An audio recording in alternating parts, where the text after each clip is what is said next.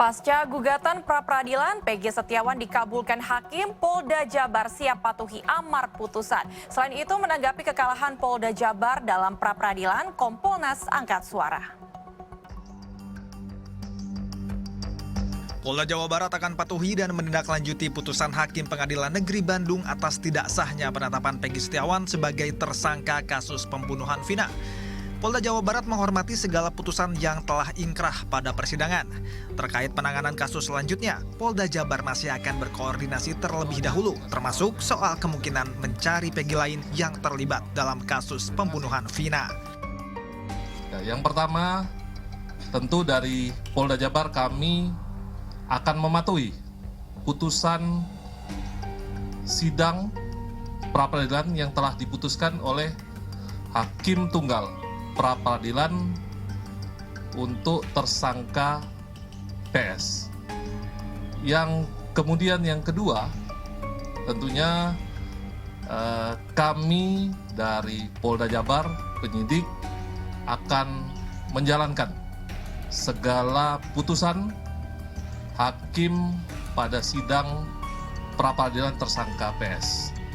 Itu yang dapat saya sampaikan, hanya dua hal terkait tanggapan kami terkait hasil sidang putusan tersangka PS.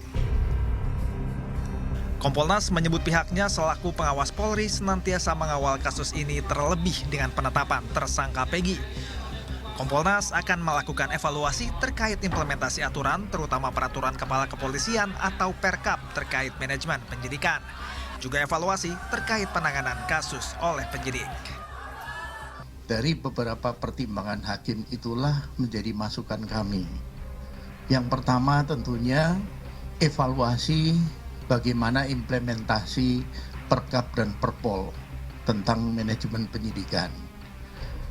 Hakim berpendapat bahwa ada beberapa hal yang tidak dipenuhi. Oleh sebab itu, kami dari Kompolnas tentunya ada dua sisi.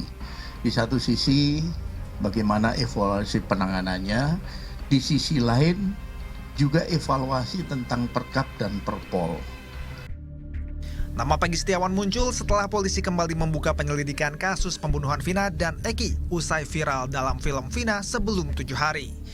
Padahal kasus ini terjadi pada tahun 2006 dan sudah ada 8 orang yang dihukum atas kasus ini.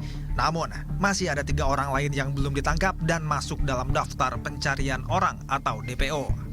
Sepekan sejak DPO dikeluarkan, polisi akhirnya menangkap Peggy Setiawan alias Perong yang disebut sebagai pelaku utama.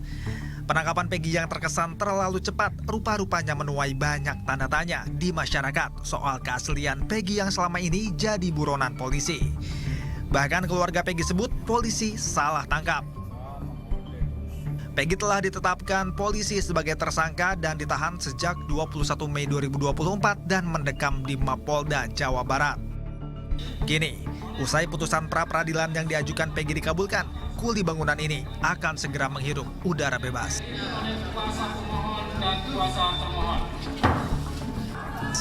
Adrian Ditya, Agung Maulana melaporkan untuk NET.